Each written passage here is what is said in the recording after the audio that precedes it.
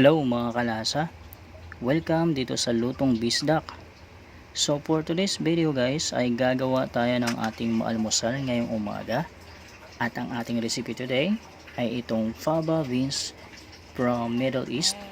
So imported daw ito guys from Egypt. So ito talaga yung pinakagustong gawin ni Angel before.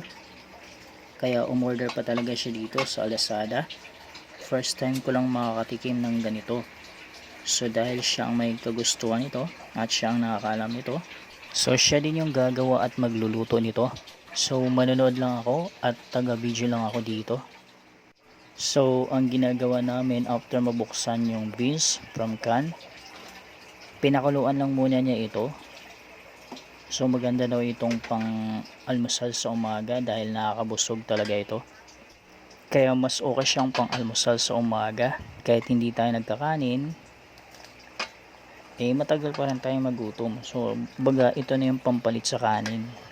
So minsan kasi nakakasawa na rin ng puro kanin sa araw-araw. So para maiba naman,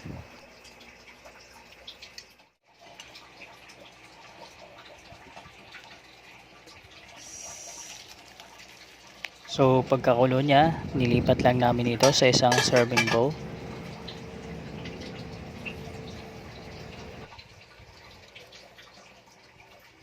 At pagkatapos ay nag-chop lang kami dito ng dalawang kamatis. So dalawang kamatis na hinog yung aming ginamit dito.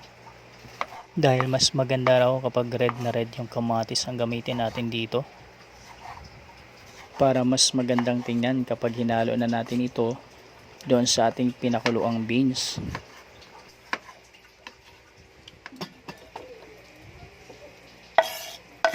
So after natin ma-chop yung mga kamatis, so isama na rin natin yung sibuyas. So ang ginamit natin dito yung sibuyas na puti para medyo manamis-namis.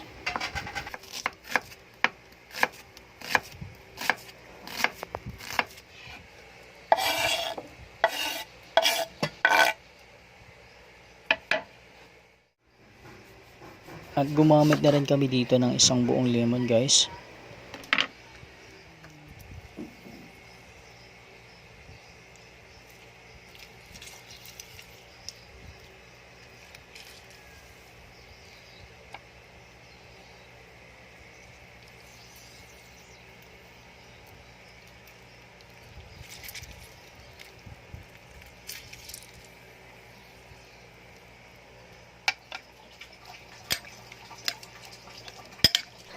At pagkatapos mapiga ay maglagay din tayo ng kaunting asin para sa dagdag na lasa.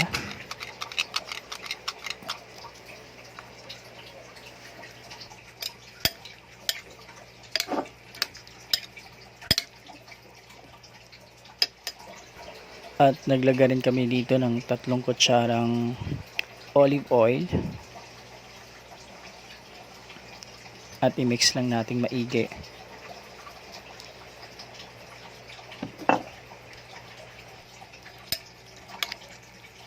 So alright, natapos na. So ganun lang kadali yung process ng paggawa ng ating fava beans. So meron na tayong almusal ngayong umaga. So tara na, tikiman na. So let's go guys. Meron na naman tayong bagong recipe sa umaga, itong fava beans. So tandaan nyo lang to guys, try nyo na rin ito guys, masarap ito at nakakabusog. Order na lang kayo online para matry nyo rin at matikman yung lasa nito.